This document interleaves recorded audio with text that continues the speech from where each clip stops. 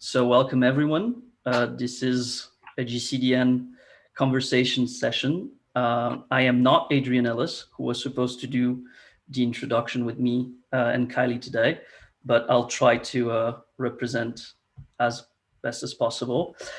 For those who don't know the GCDN, we're a network of cultural districts and other such urban institutions globally. We have about 45 members. We usually convene once a year, but since this is a special year, we have taken to doing these little small sessions, convening bites all throughout the months. And this one is part of the series, but it's a special one because it coincides with the publication of our annual report. So once a year, GCDN produces research, and this year was on capturing value and preserving identity. The research was conducted and the report was written by Kiley Arroyo, who is going to be moderating the session today. Kiley, you are the executive director of the Research Council. I'm sorry if I'm butchering your title. I was not prepared for this job. Is that correct? The cultural strategies. Cultural strategies. Apologies. But you wrote the report, so that I know. That's correct. And you will be moderating the session today with a group of very, very interesting panelists, two of whom were case studies in the report, and the other two who will provide also, a little bit of contextualization on this very dense topic. So I'll hand over to you, in a minute for you to explain, first of all, what this topic is, and then introduce the panel. But just in terms of housekeeping for the people who are listening in, please feel free to use the Q&A function to ask questions, because there will be some Q&A at the end, and the chat function to talk, to our panelists in case you have comments and things to say. So without further ado, I'll hand over to you, Kiley. Wonderful. Thank you, Greg. And welcome everyone, wherever you are in the world. I know that we have at least 3 or 4 time zones. So good morning, good afternoon, good evening. My name is Kiley Arroyo. And, first off, I'm just going to set the stage a little bit, provide a little context for today's conversation. As Greg said, this report, this topic is incredibly dense. Not everyone spends their days thinking about public policy and public financing tools. So the purpose of this conversation is to really bring it down to the ground and really explore how some of our peers in different parts of the world have been successful in using value capture in their urban redevelopment projects. So we want to provide everyone with some common language, first of all. What are these things? What are the terms? What are some general concepts related to value capture? And some useful approaches that might be relevant in the various contexts that each of you are working in. We also hope to stimulate some interest from this group and others of learning more and potentially working with us to pilot some of these tools wherever you are. So let us know as the conversation unfolds if that's something that piques your interest. As Greg said, please feel free to use the Q&A. If you'd like to share a question or a comment, we'll be looking at those throughout the next hour or so. And with that, again, I want to provide a little context for this research.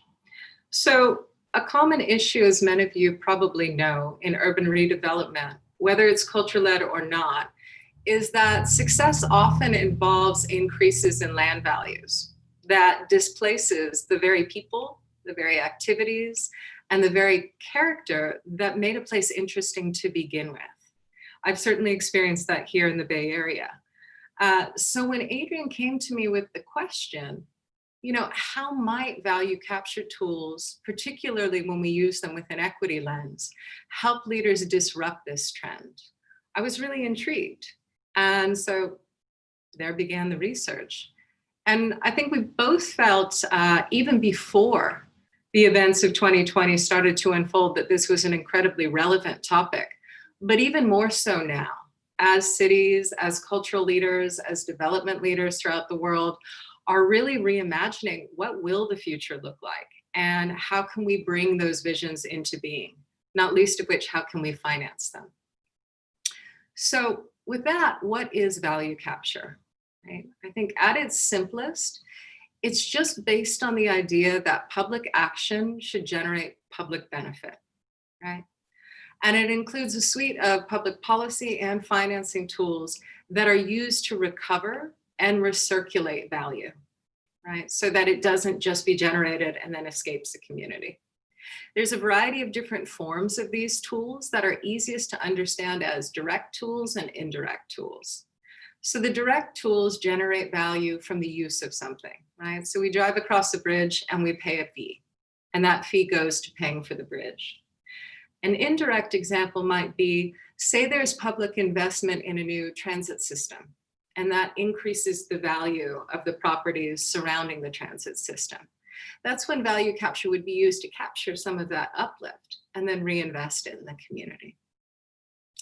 So several things struck me when I was doing this research. In particular, was the ways that this new generation of equity-focused development practitioners are repurposing these tools to ensure that that value that is captured is recirculated in local communities and really directed towards community priorities.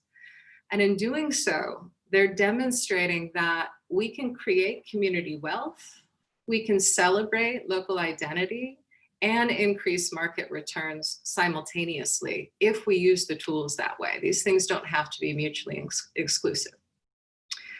So with that, I'd like to welcome our panel, each of whom have a variety of experience with these tools in very different contexts, who are going to help us understand how they've used them and what they've learned along the way. So with that, I'd like to start with Asima. Welcome. And Thank you. I'd like to pose the first question, which is, in your experience, what characterizes a successful urban redevelopment project, whether it's culture-led or not? And how can leaders help to ensure that communities benefit from that success? Thanks, Kylie, and thanks to the Global Cultural District Network for having me on to discuss this very important topic. Just a little bit about what I do. I work at the High Line, which is the lovely park you see behind me, in New York City on the west side. It was developed about 20 years ago. The first part of it opened about 10 years ago. And I lead something called the High Line Network, which is a program from there. And it's very similar to GCDN in that it is a peer-to-peer learning community for folks that are looking to reuse infrastructure as open space across North America. And this issue of what is successful urban redevelopment is kind of core to the conversation that we have, and the idea that members are leveraging each other to do better in their own community. And so when I think about what is a successful urban redevelopment project, I think my quick answer would be it is one in where the community that you're serving sees themselves in the design, in the operation, and in the programming. Of course, I'm speaking a little bit more directly about open space because that's what we're focused on, but I think that applies really to kind of any kind of redevelopment in an area. And they feel, and that they feel welcome in that place once it is operational. And just one quick anecdote, I would say, for those who are familiar with the High Line, it was a hard-fought battle within the city to have the rail structure preserved and reconverted into a park space. And it ended up generating economic value along the west side of Manhattan, far beyond the wildest dreams of any economic impact study that was done at the time during its development. But if you ask our founder today, what is his #1 lesson learned about what happened there? It's that the value that was created all went into the hands of private developers. There is not 1 cent that goes into the operation and maintenance of the High Line Park itself. And that's a core lesson that we take back to all of our members in terms of when they're designing their spaces and how you ensure that the community's at the table and thinking about what the potential is of what they are creating and ensuring that it's captured in different ways within their space. Great, thank you, Asima. Fabrice and Lucy, would you mind picking up there?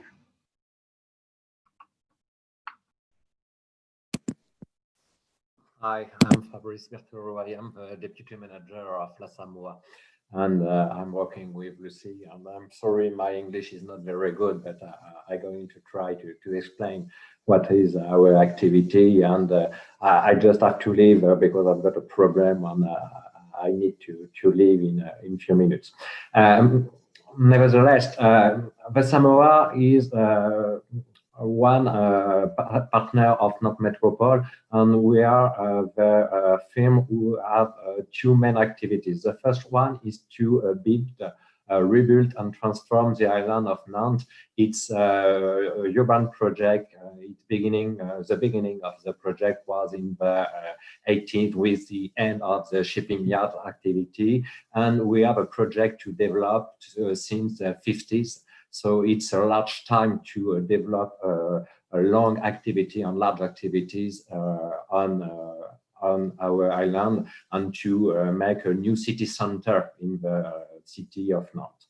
The second part of our activity is to develop the creative industries.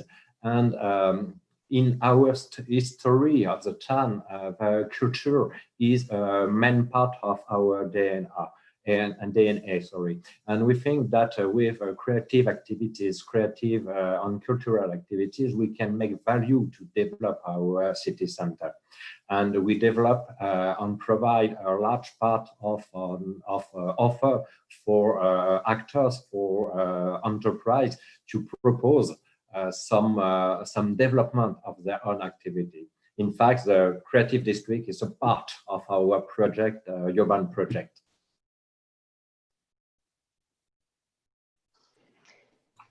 Wonderful. Thank you, Fabrice. Lucy? Yes, hi. So I'm Lucy. I'm working with Fabrice. So I'm an international project manager. So I am working mainly with Samoa and all that deals with international. And so maybe to answer a bit the question about what for us sounds like a successful redevelopment project.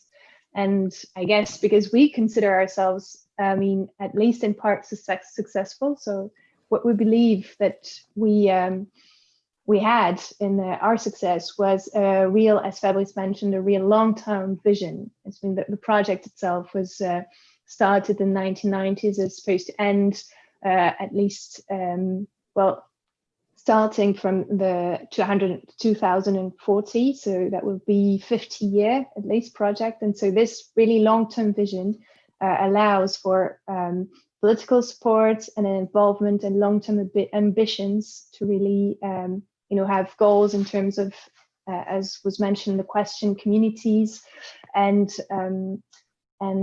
such things. So that's our main answer for what makes a district really successful and urban redevelopment successful. There are other things, but maybe we'll deal with them in the conversation later. Absolutely. Thank you both. It's an incredible time horizon, and we'll definitely dig into what that allows for. Sherry, would you like to pick up from there? Sure. Hi, I'm Sherry Dobbin, and I'm a partner at Future City, which is a global placemaking agency. So we deal a lot with cultural and creative districts.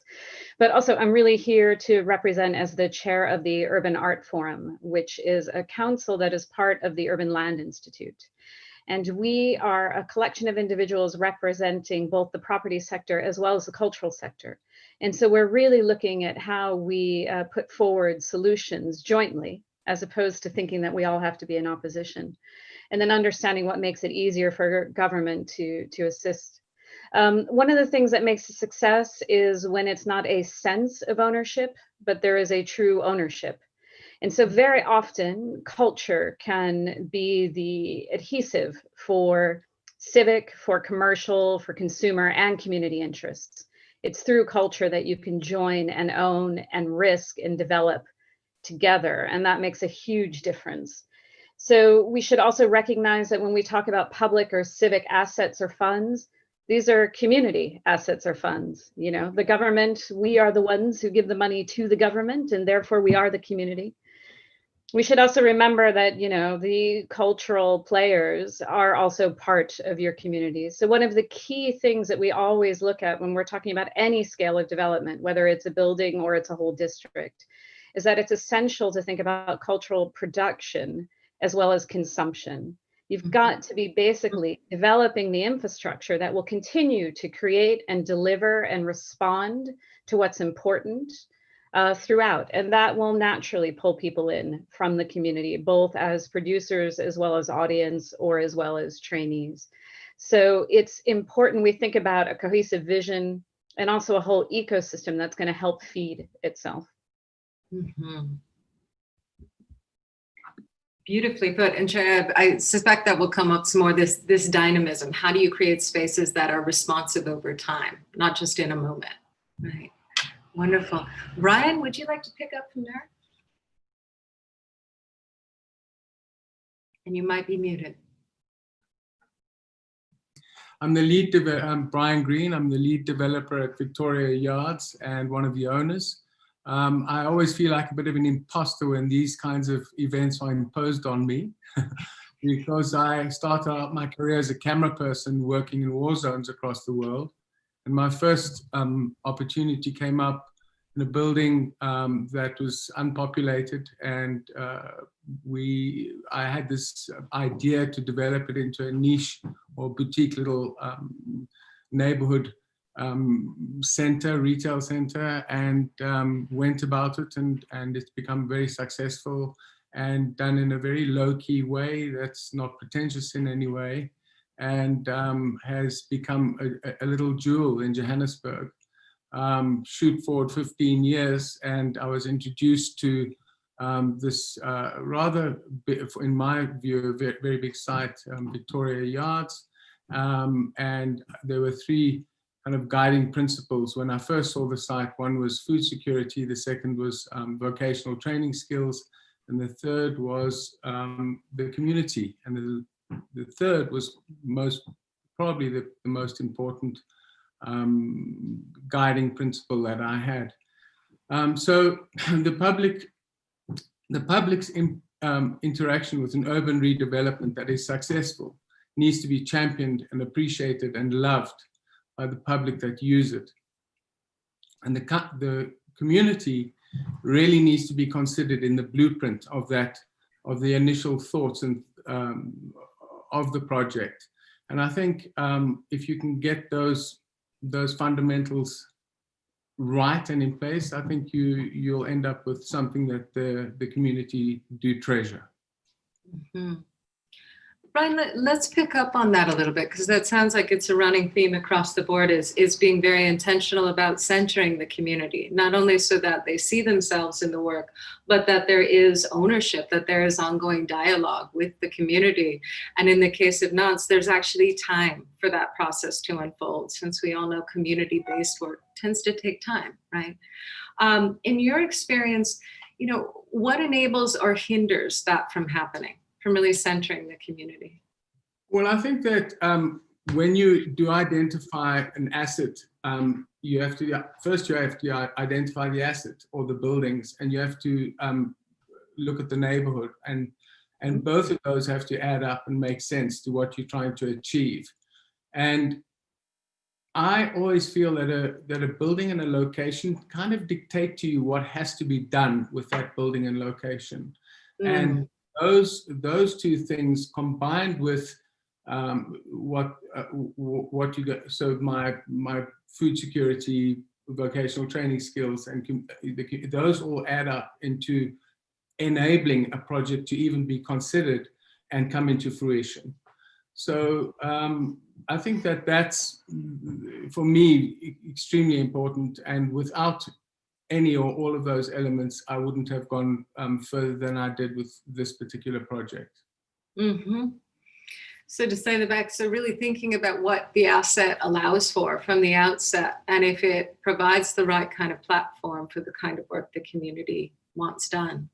I can't help but wonder how your background as a filmmaker also influences how you see location, but that might be a conversation for another time.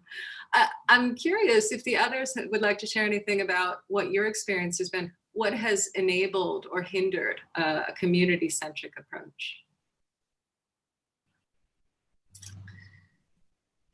Sherry or Seema, I know that in the Highland, for example, or certainly in New York, that has been a pretty consistent priority. Is there anything you've learned along the way? Yeah, definitely. I can speak about the Highline, but also what we see as trends within our members in their spaces across North America.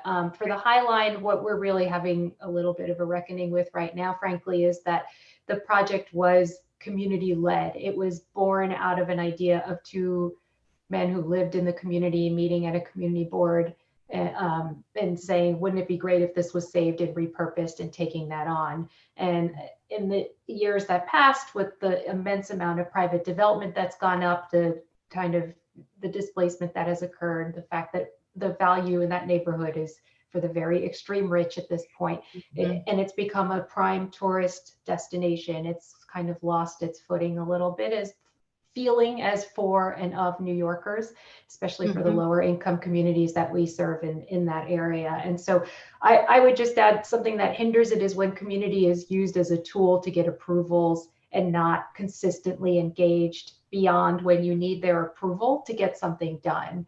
And that they do feel that they are part of the ongoing conversation for a space. And so that's something that, the Highline is really re-engaging in the past couple of years and thinking about our role as a civic connector for our community and what we can be doing to elevate the voices of the folks in our community, connect them to job opportunities, to bring their businesses onto the Highline.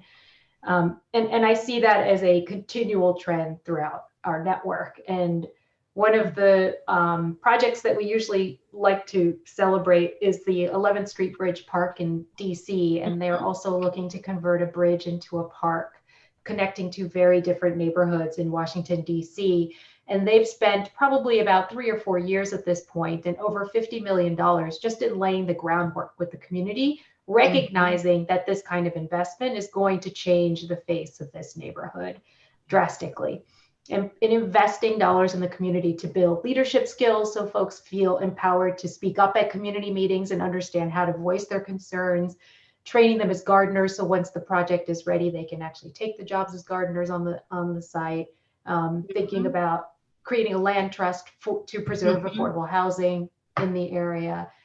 So I think that's a trend that we see more and more of our nonprofits thinking about, where are ways that they can be building assets for the community in partnership with the open space. Fantastic.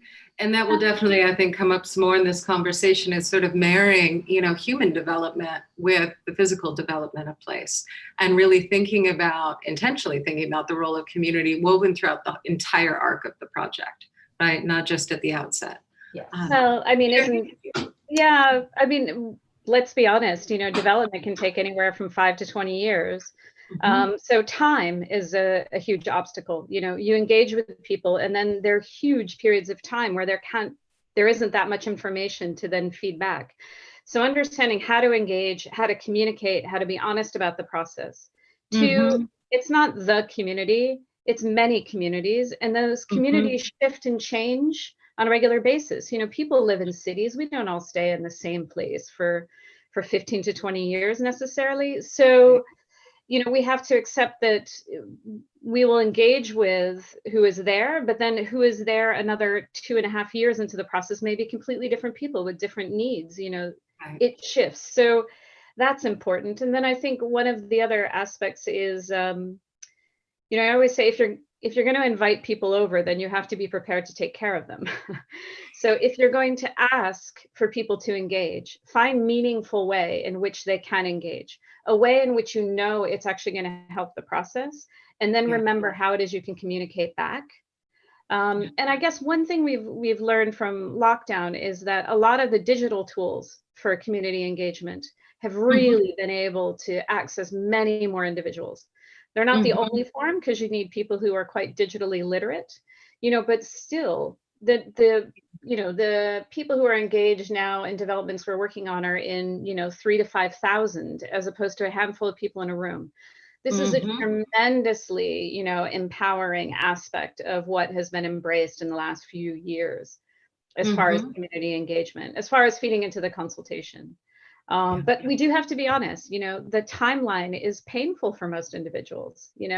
You engage in something and, you don't hear anything forever. You think nobody values you. No one even realizes where those ideas have actually manifested themselves. How do you keep Yeah, a communication system, not just a community communication system, a general communications is really quite necessary.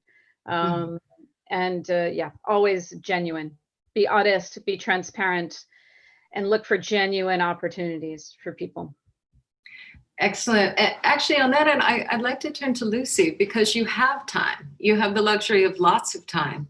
How are you taking advantage of that? And how are you doing what Sherry is suggesting, sort of keeping the conversation going as this unfolds? Well, of course. Well, first of all, Fabrice, my colleague, my manager, had to go. He's very sorry, but you know, he would have loved to stay with us until the end, but he couldn't. So he's sorry.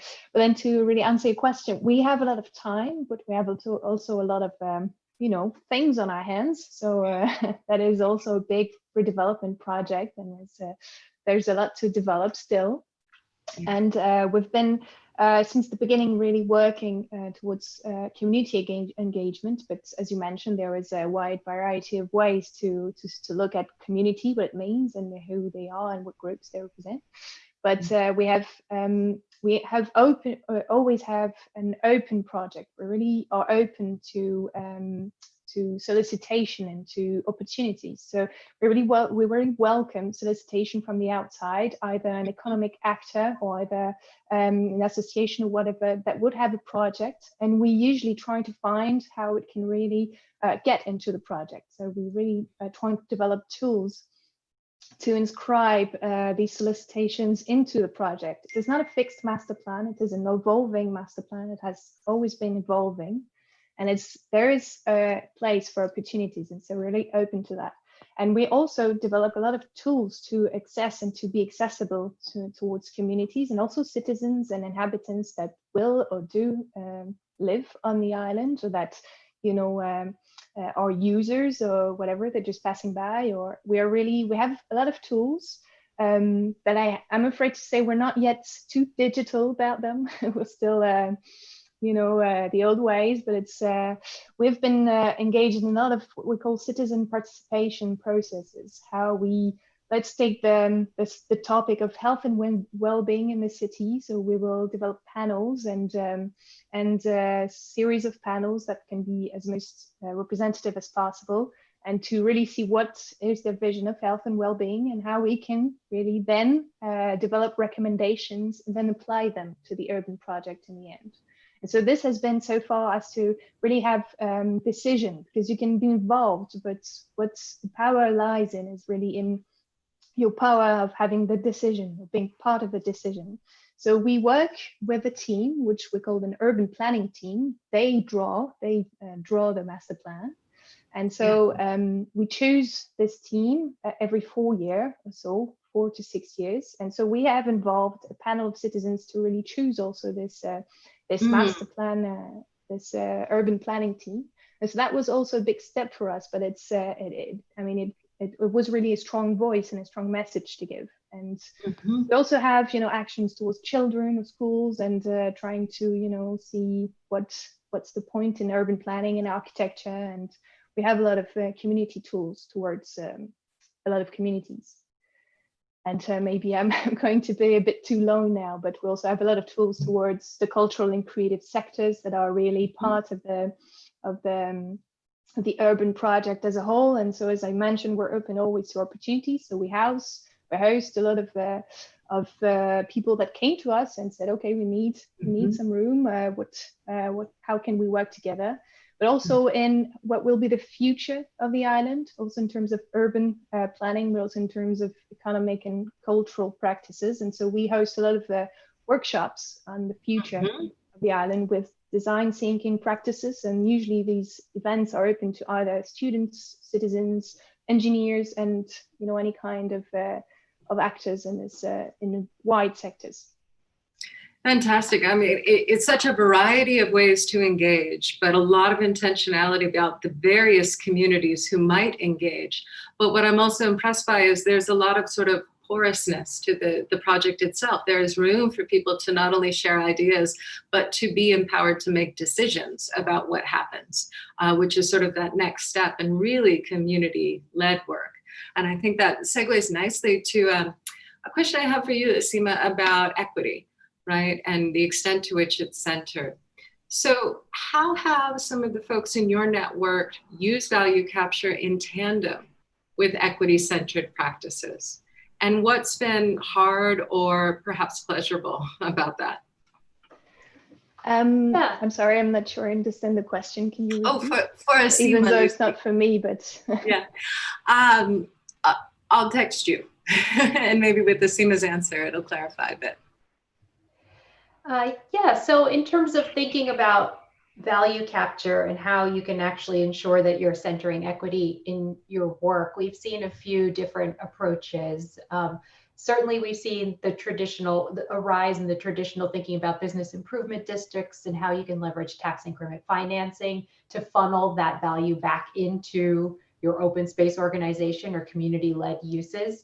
That continues to have the continual issue of you're incentivized to drive value up as much as possible to access those dollars. And so that's always the kind of the dichotomy that you have on that. Some of the other interesting things I think really boil down to something else I wanted to mention is just the importance of what you measure and what you're able to quantify as value to sell to government, to funders, and to your stakeholders. And so we've been doing at the network, Kiley, as you know, we've been doing a lot of work and thinking about how you standardize, thinking about equitable impacts and quantifying that, what you're actually creating to be able to sell that as a value to potential investors in your programs and your operations.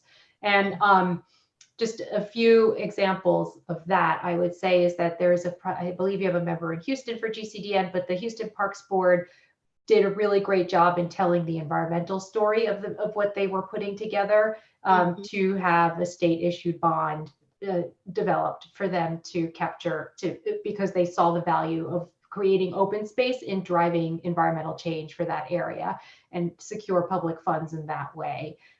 We have seen a trend towards funders who are willing to invest in purchasing property around open spaces for the organization so that they also benefit from the value going up and having it preserved, as I said, for affordable housing or community-centered uses or the administration or the performance or the programming spaces for these organizations as well. So I do think that there is a trend in funders recognizing the importance of capturing those not necessarily economic value, but what happens for health and wellness benefits, what's happening on the environmental side. I'll say for our network, I think there's still a lot of work to be done to think more actively about the climate-related impacts that are being created and how we quantify that to provide value back to the community. Yeah. Thank you, Asima, and especially on the measurement side, there's conversations in so many fields right now about this blended value, right? And what does that look like? How do you measure it? How do you implement it? But also, how do you change the mindset of public agencies, right, to really view that more holistically? So it's not just about profit, but it's really about people first and social impact as well as profit. So it's a real shift in the way the work looks. Brian, how does that look in Johannesburg? What does it look like when you combine sort of a deliberate equity-centered approach with value capture?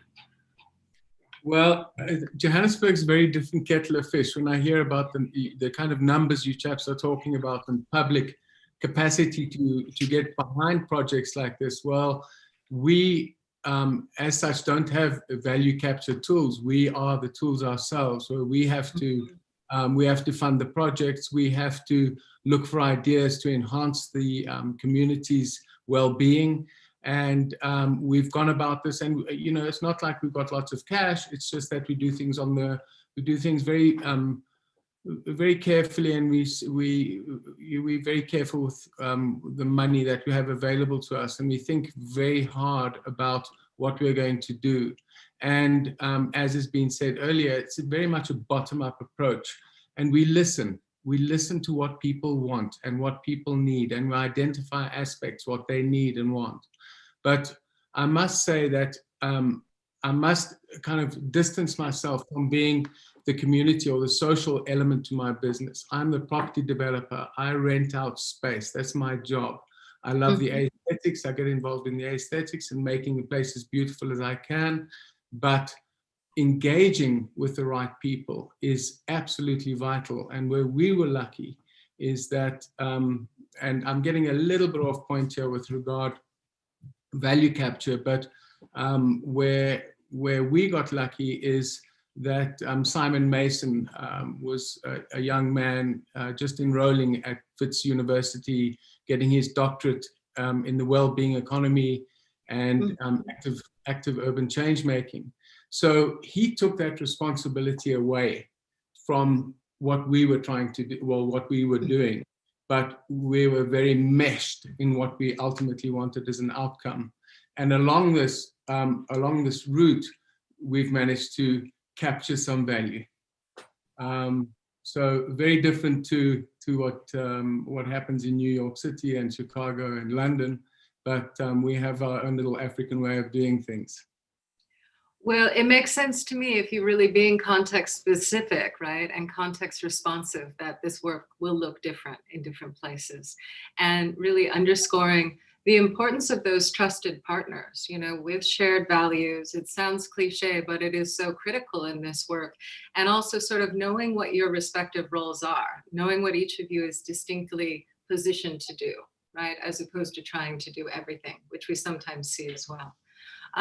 Sherry, I'd love to hear your perspective on the ways that measurement, we've talked about this a bit, can support an equity-centered use of value capture. Oh, yeah, it's one of the things we're looking at, which is not just measuring what's already happened, but, you know, with Urban Art Forum and also with Creative Land Trust, they're putting forward a piece of research as well. We're trying to actually project what would be a positive impact on a development based on a series of data sets. And so we have, with the Urban Art Forum, a workshop coming up where we're going to bring together anything that we naturally can measure. And actually, if we look through a history of a certain period of time, we can start to establish some benchmarks. We can start to actually say, well, these type of criteria actually seem to be present when these developments are successful. So therefore, this tends to prove that this is more successful. And we're looking for just a finite sort of data set, you know, maybe it's 5 points or something that can go into, you know, an investor's analysis of why they would choose one site versus another.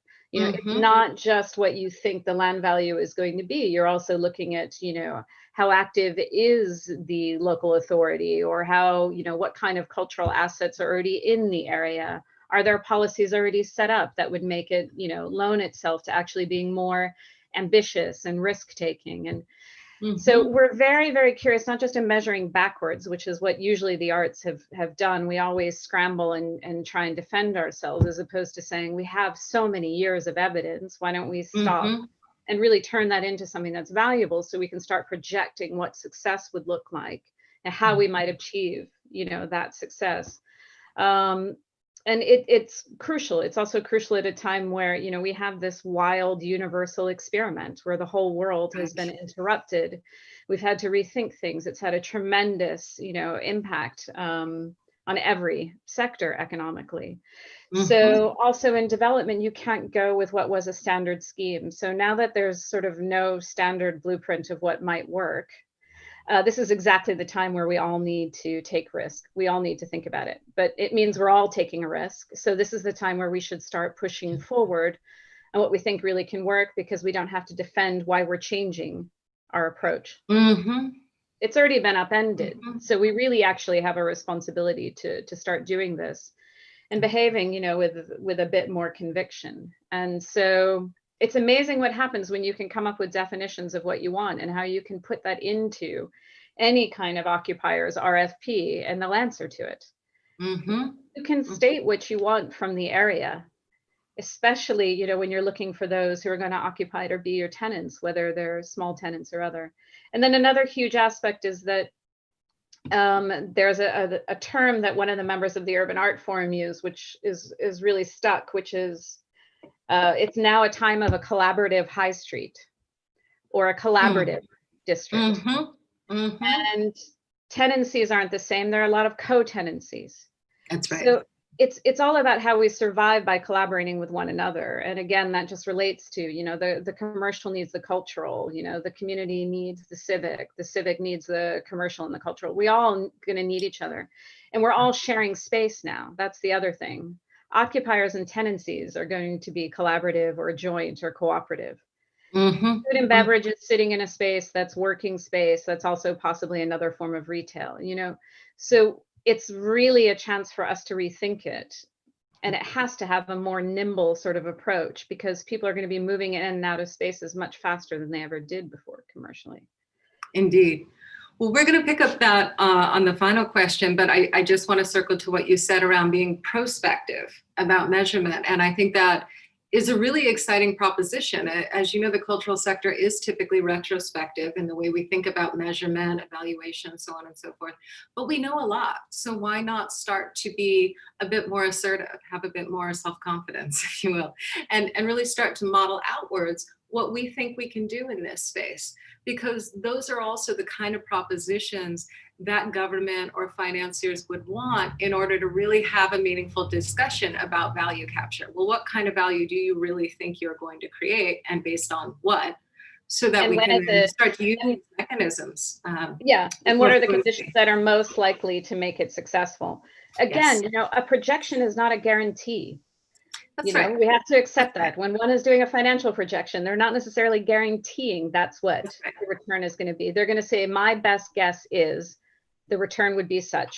So that's how we have to think as far as, culture is concerned, or community is concerned as well. That's what we're all trying to do. Take our best informed guess. So with that, Lucy, I'd like to turn back to you. So thinking about where the organization is today, and I know there's still a long, bright future ahead of you, what do you wish you knew now? Or what do you wish you knew at the start of the project that you know now, that you'd like to share with the audience?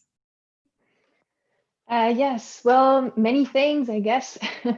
I guess that we would have loved to know, to hear of such a reports that existed, and maybe that would have inspired us on tools. But we really wished we knew then the powerful impact of developing, temporary use or meanwhile spaces. Or this tool has been really helpful for us, and still is actually. And I think it would have known, if we had known sooner, we would have grown faster, or actually we would have a different model maybe now. But we really rely now on the spaces that will be redeveloped, that are now industrial abandoned spaces, and we've been able to really strive and develop a lot of cultural activities and cultural business models as well, to test them in these areas. And if we'd known sooner, because we didn't know the time, and it was really based on some people that thought, okay, let's do this and see what it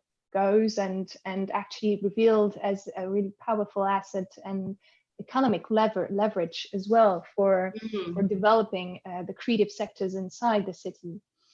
So I think that we would have loved to know then that it would turn out to be such a powerful tool. And so we're now thinking about its future, when nothing is, when it's all finished, how we'll turn this actions towards something new. And we have thoughts on that. And that has actually allowed us to maintain now a secure offer for cultural activities and cultural entrepreneurs and creative sectors on the island. Has allowed us to put it into our regular actions. So Lucy, to say that a little differently, it sounds like you have used this temporary approach to sort of test drive some potential strategies, and that really led you to focusing on the creative and the cultural industries more than you may have. Yes, definitely. We could. It could not have happened. The creative district might never have happened. Back then, it was supposed actually to be a biotech center, biotech cluster originally. And so these tests that we made, and these spaces that we had, and that we had to, find some way to share the maintenance costs only, or instead of shutting them down and destroying them. And actually, they were filled at some point, which we filled them with cultural and creative people, and we saw then the potential that could happen with these sectors, and that we had then to as you mentioned, to measure and then put it forward for the public policy, and actually it was accepted and really envisioned as successful, and it would have really changed the way Nantes, the city itself, is doing today without this strong cultural policy. Mm-hmm. I love that. And going back to one of the goals of exploring value capture, right, is to understand how it can protect and promote cultural identity.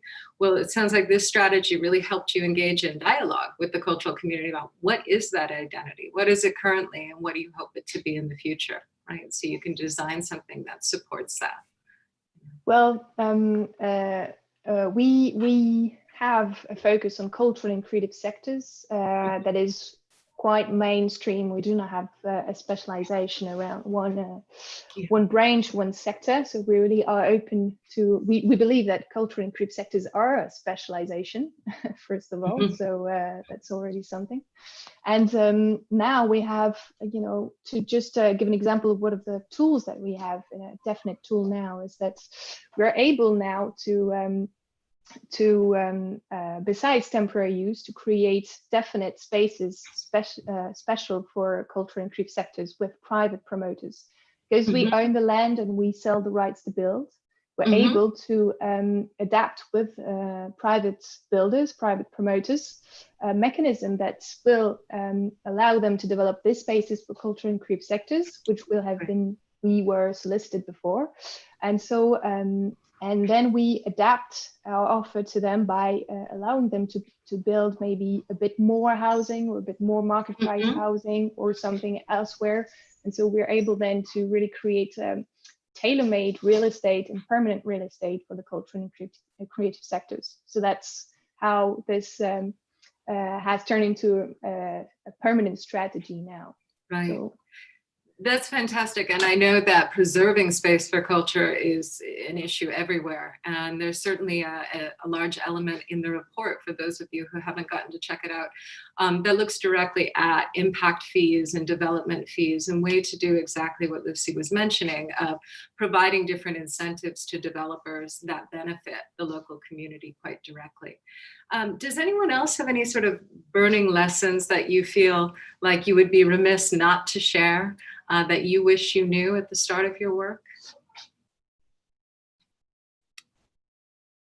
And if they're not on the tip of your tongue, that's all right. Okay. I think that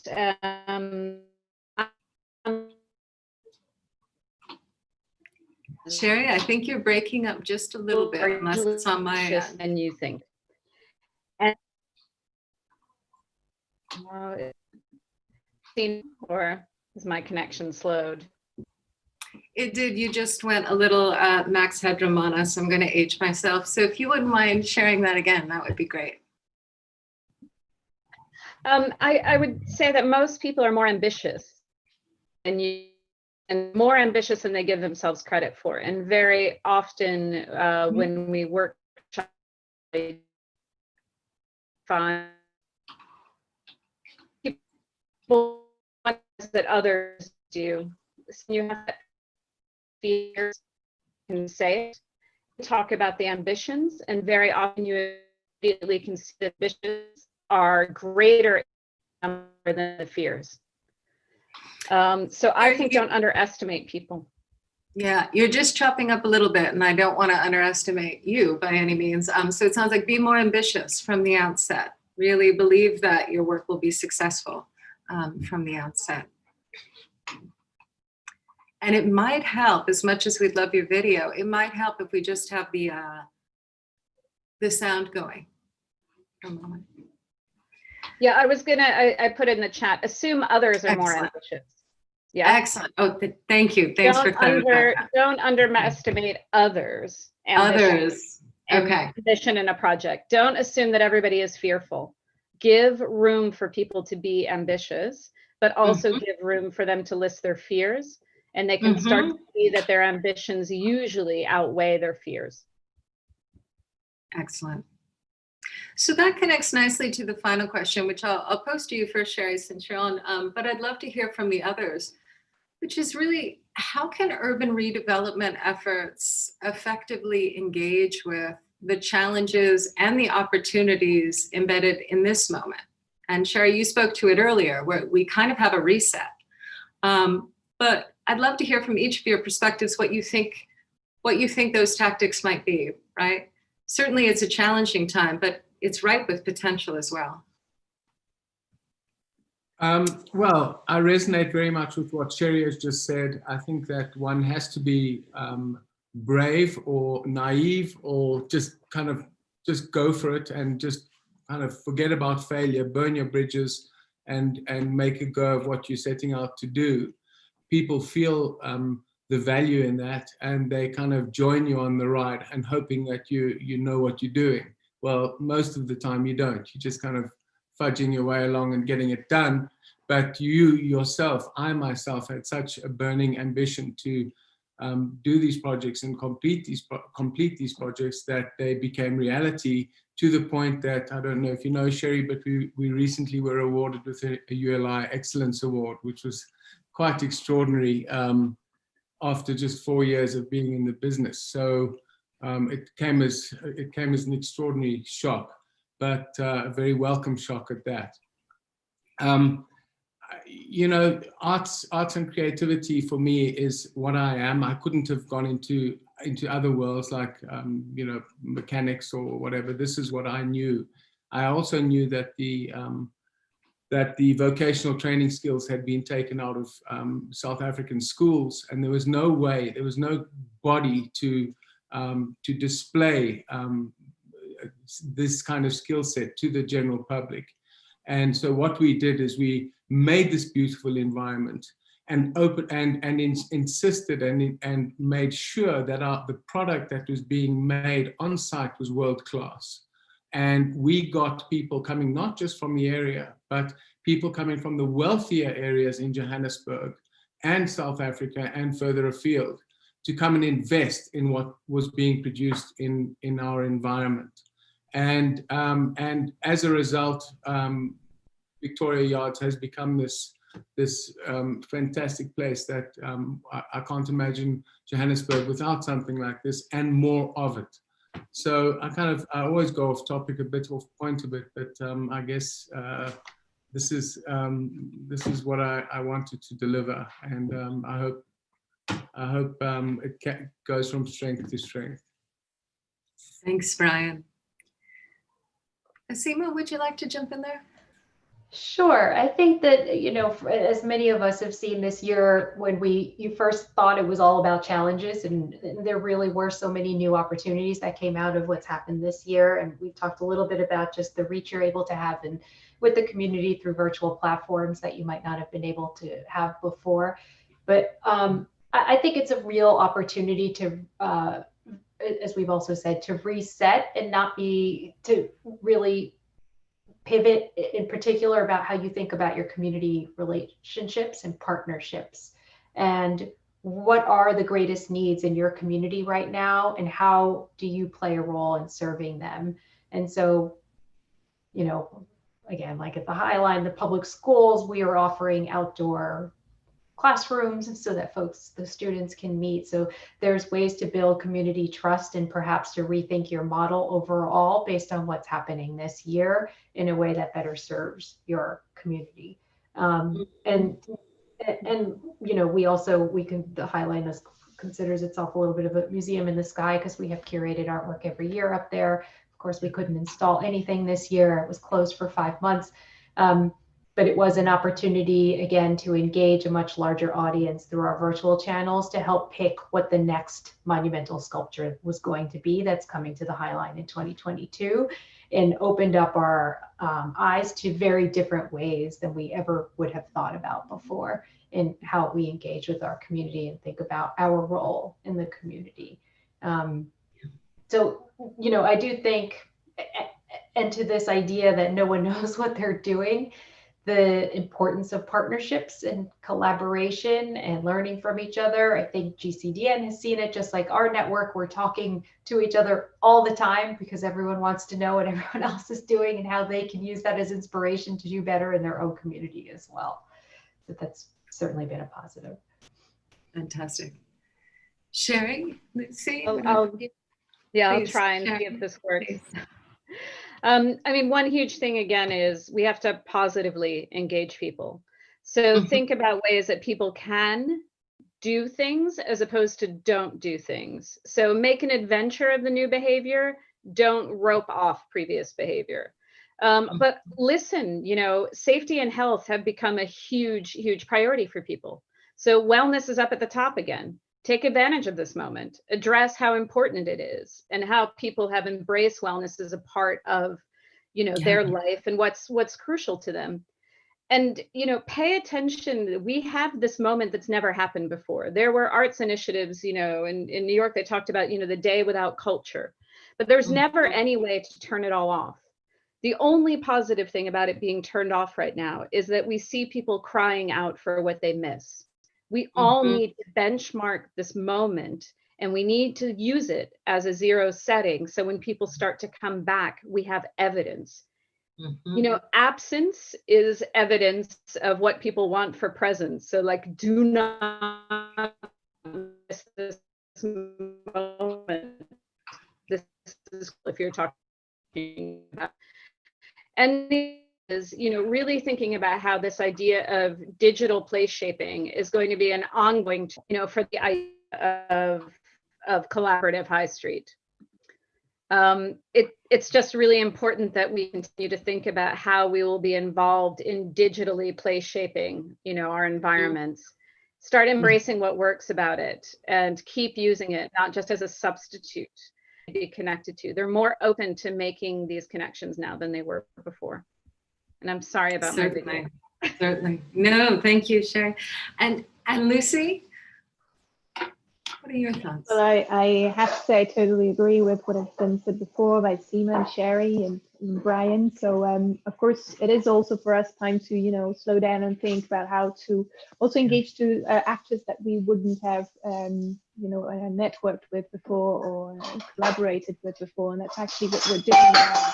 And we'll be launching actually a series of workshops about the future of the city and the future of the articulation between creativity in the city, and we're still, you know, figuring out how it will develop. But we have also, you know, engaged in the perspective and how a strong focus for us is also the public spaces, because we're in charge in developing the public spaces and also making them live. And that's something that has been very much,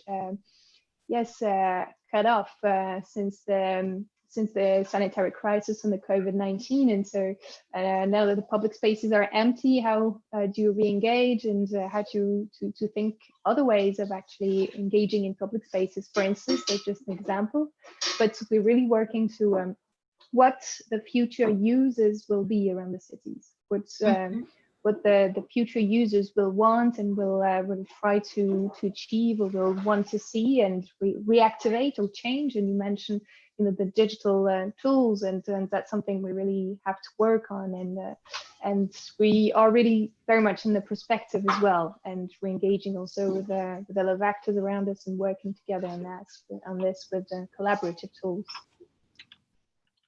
Thank you, Lucy. What I'm really struck by in all of these answers and just my own experience in this work is, you know, how this moment underscores not only the importance, but the opportunity we have to just really develop meaningful relationships that are much broader, much deeper, much more diverse than before, and to really learn how to engage in ongoing dialogue with community so that our projects continue to be responsive over time. You know, going back to what we were saying at the start, is that value capture can celebrate local identity. It can build community wealth. It can increase market values, but it can only do those things if there's a real intention to exploring with the community how that's going to happen, right? How you're going to claim some value and recirculate it in ways that are meaningful. So it seems like we're readying the ground, not only for what will be coming next, but this is something we should be better at anyhow, right? So it's a great opportunity for that. And in the spirit of more inclusive dialogue, I'd like to take a look at some of our questions. We have a few here, but if other participants have any comments or questions to share, please feel free, to throw them in the Q&A box. I'm just going to do a little scan here. So we have one question. I'd love to hear more about the platforms and techniques that you have found have worked well for community engagement during this period. Emily Chandler, are you still online with us? And if so, would you like to unmute yourself?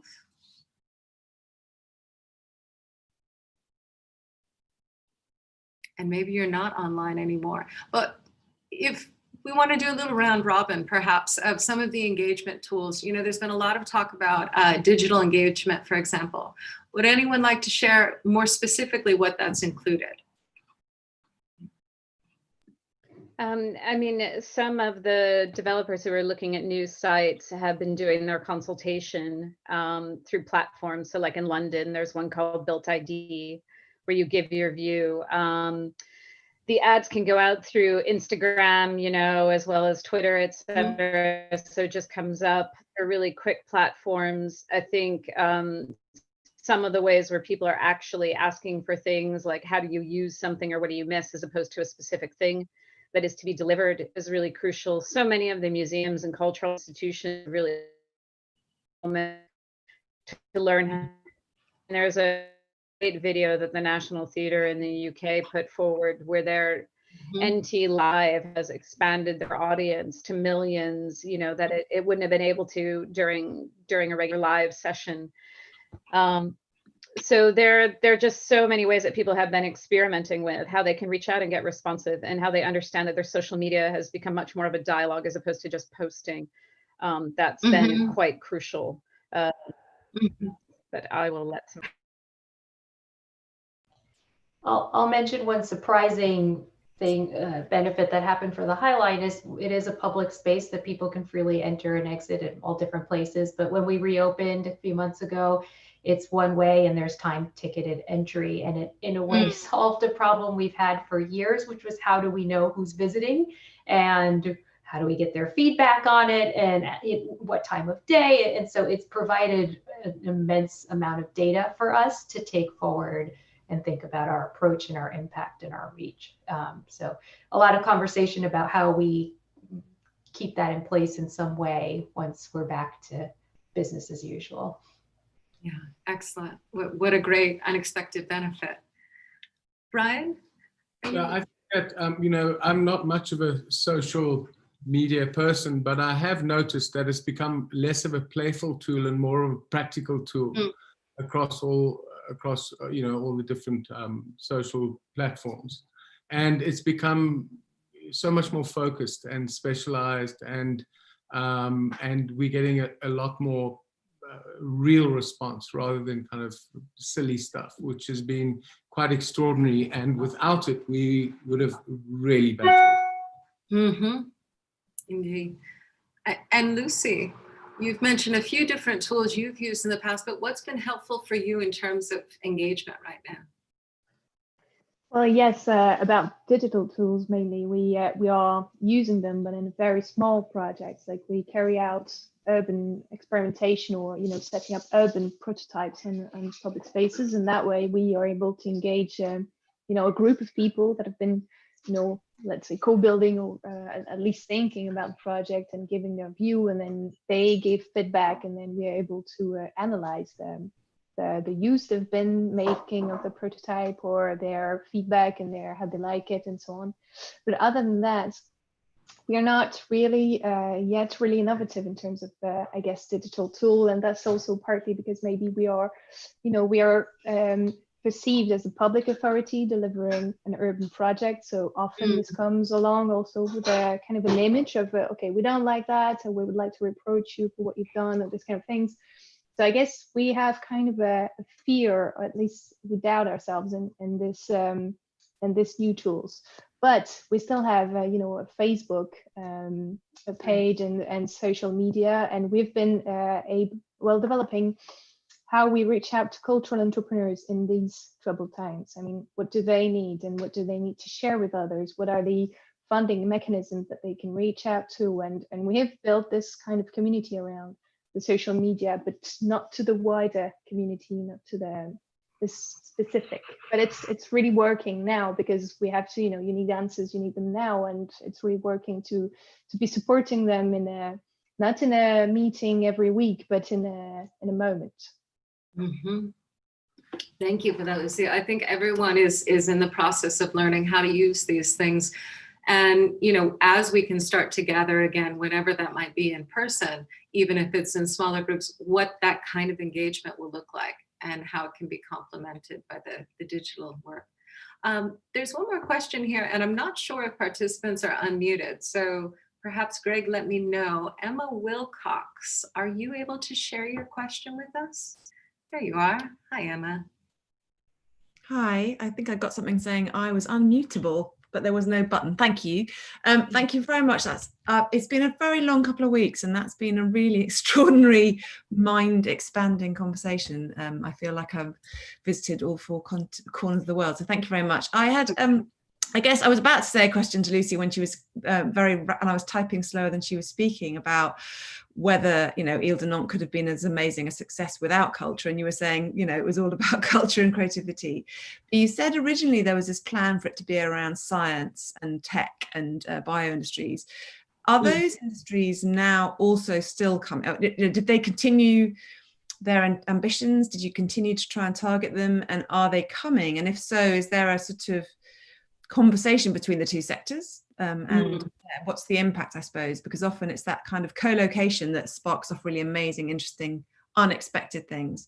But also the attractor, the element, if you like, of the creative industries, which then other businesses which are less attractive from some people's point of view might think of it. So yeah, long-winded, sorry. No, fantastic question. Please, Lucy. Well, thank you very much, Emma, for your question. And of course, actually, the biotechs are still on the island. We've managed to keep room for them. So I'm not exactly sure about if this biotech cluster is really engaging with its neighbors, because I don't know personally, but we've been also striving to develop synergies between also the creative sectors and other parts of the economic sectors.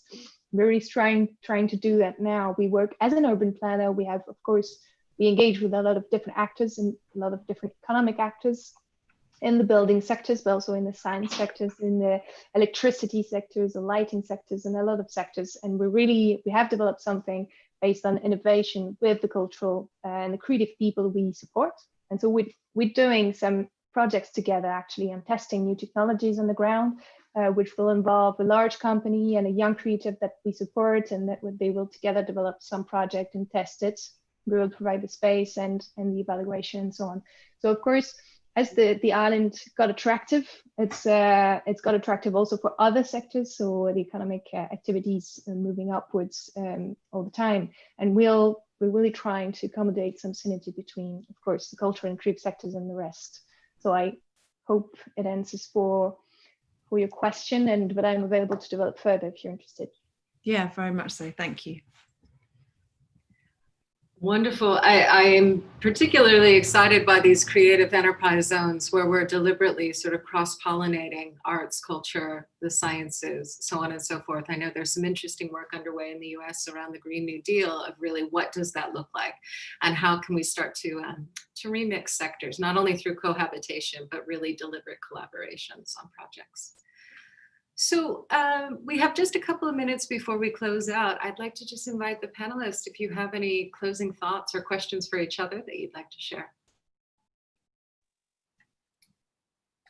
Well, I think that if I can, that last comment, I see the people you're talking about, Lucy, as being very creative, and one tends to kind of marginalize people if they're not artists or creators, but these guys are creating different kinds of things. And they are artists in a way. And, you talk about, we have to mix this planet up a lot, and we have to have mixed income people living together. All we're looking for really is dignity. And if we can find dignity and creativity and put those together, you're going to get a good outcome. Mm-hmm. Indeed. Thanks for that, Brian. Sherry, were you back? Go. Yeah, I was going to say, you know, as a lot of people are going to have a hard time over the next, how long, 5 to 10 years and such, we really need to think about how we embrace, you know, the exchange economy.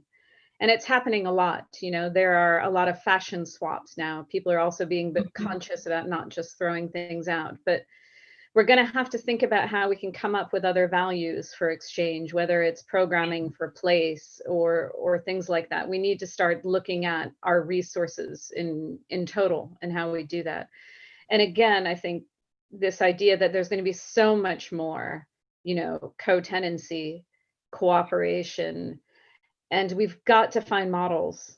You know, we can all invent business models. It's not tricky. We just need to find the models that will help support the reality of how it is we're living. And the last thing is just one thing that I often spend time on with projects is establishing the right business models, governance, or whether a foundation needs to be set up.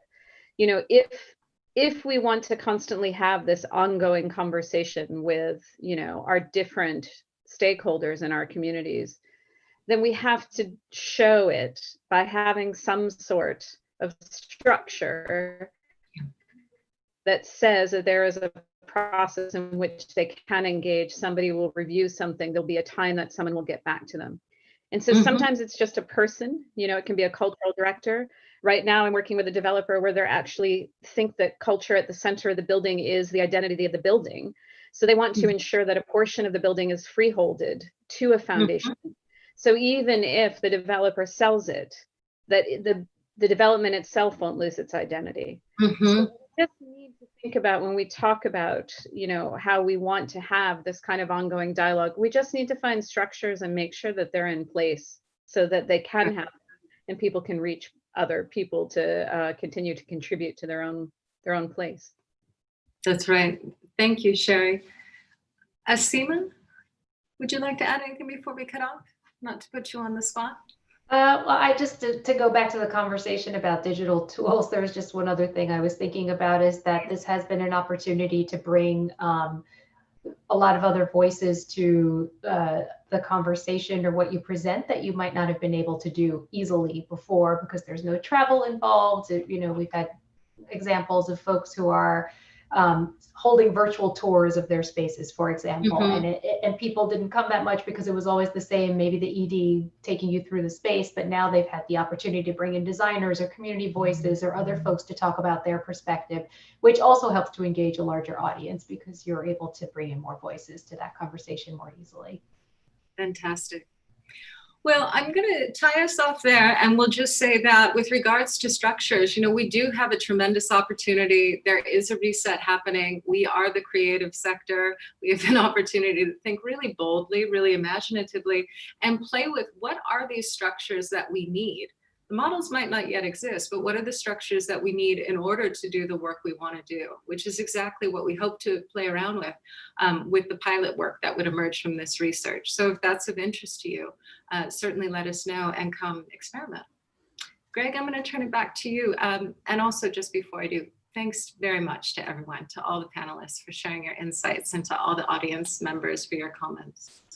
Absolutely. And I don't think there's much more to add except to thank you all again for sharing this this hour and 15 minutes with us and your experiences with us. And thank you, Kiley, for moderating the session and for the report. I hope the conversation was useful to unpack this topic and that it will spark some more conversations in the future. And, GCDN will be around, so just contact us through email or LinkedIn. And I hope to see you all in another conversation. This is an ongoing series, so stay tuned for the next ones. Thank you very much to you all, and I'll see you soon all around the world, hopefully in person, if not on Zoom. Goodbye. Thanks to everyone. Take good care. Take care. Bye-bye. Thank you very much. It was very nice. Thank you.